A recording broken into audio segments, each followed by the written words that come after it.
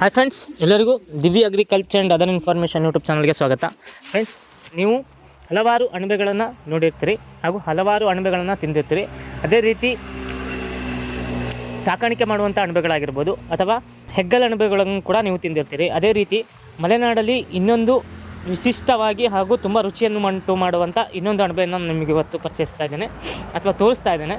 ನೋಡಿ ಫ್ರೆಂಡ್ಸ್, ಇದೇ ಆ ಅಣಬೆ ನುಚ್ಚಣಬೆ ಅಂತ ಹೇಳಿ.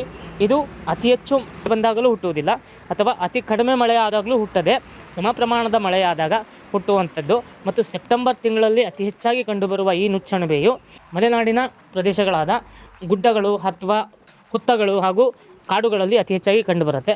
ಇದು ತಿನ್ನಲಿಕ್ಕೆ ತುಂಬ ಸ್ವಾದವಾಗಿ ಹಾಗೂ ರುಚಿಕರವಾಗಿ ಕೂಡ ಇರುತ್ತೆ.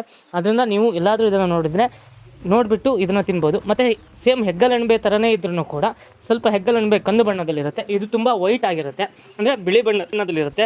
ಬಿಳಿ ಬಣ್ಣದಲ್ಲಿದ್ದು ಇದು ತಿನ್ನಲಿಕ್ಕೆ ತುಂಬ ಸ್ವಾದವಾಗಿರುತ್ತೆ. ಮತ್ತು ಇಂತಹ ಇನ್ನೂ ಹಲವಾರು ವೀಡಿಯೋಗಳಿಗಾಗಿ ದಯವಿಟ್ಟು ನಮ್ಮ ದಿವ್ಯ agriculture and other information YouTube ಚಾನಲ್ನ ಸಬ್ಸ್ಕ್ರೈಬ್ ಮಾಡಿ ಹಾಗೂ ವಿಡಿಯೋನ ಲೈಕ್ ಮಾಡಿ ಹಾಗೂ ಶೇರ್ ಮಾಡಿ.